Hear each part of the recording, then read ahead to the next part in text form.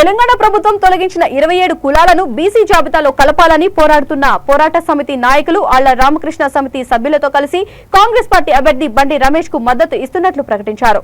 ఈ సందర్భంగా విలేకరుల సమావేశంలో బండి రమేష్ మాట్లాడుతూ ఇతర ప్రాంతాల నుంచి బతుకు తెరువు కోసం వ్యాపారాల కోసం వచ్చిన వారిని తొలగించడం సరికాదన్నారు. కాంగ్రెస్ ప్రభుత్వం ఏర్పడ్డ వెంటనే 27 కులాలను తిరిగి బీసీలలో చేర్చే బాధ్యతను తీసుకుంటామని బండి రమేష్ అన్నారు.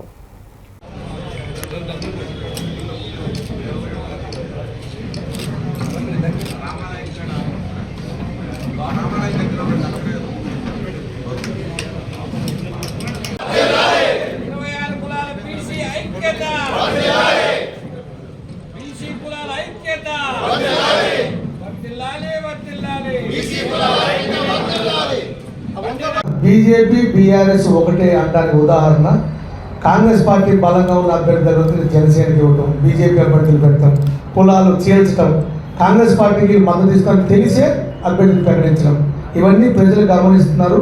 కాంగ్రెస్ పార్టీ గెలుపును ఆపలేరు. రాష్ట్రంలో కాంగ్రెస్ పార్టీ గెలుస్తుంది. కూకుట్పల్లి బండి రమేష్ గారు కూడా గెలుస్తారని అన్ని అడావిడి నిర్ణయాలే, అడావిడి పథకాలే, ఊరికే పేరుకు పథకం, అది ఇచ్చేది 10 మందికో 20 మందికో, కానీ ప్రజల్లో ఫోకస్ చేసేది ఏదో మేమంతా విరగదీస్తున్నాం అన్నట్టుగా. ఏదైతే ఈ పబ్లిసిటీ డిపార్ట్మెంట్, ఐఎన్పిఆర్ డిపార్ట్మెంట్ వాళ్ళ ఆధ్వర్యంలో ఉందో దాని ద్వారా ప్రజలను మోసం చేసే విధంగా ఈ పథకాలను ప్రజల్లో తీసుకెళ్లి మోసం చేస్తున్నారు. కానీ ఏ ఒక్క వర్గానికి కూడా న్యాయం చేసిన దాఖలాలు ఈ ప్రభుత్వంలో లేవు.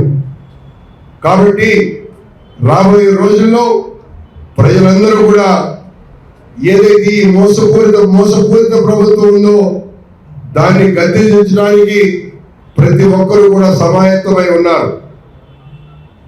ఈ సందర్భంగా ఈ 26 ఉపకులాలు ప్లస్ 27 కులం సెట్టిపల్లి వారిని కూడా కాంగ్రెస్ ప్రభుత్వం వచ్చిన వెంటనే బ్రహ్మాండంగా తిరిగి మళ్ళీ ఇదే వారు ఏదైతే కోరుకుంటున్నారో వారందరూ కోరుకునే విధంగా మరి మళ్ళీ బీసీ కులాల్లోకి మార్చే విధంగా కాంగ్రెస్ ప్రభుత్వం తక్షణ చర్య చేపడుతుందని,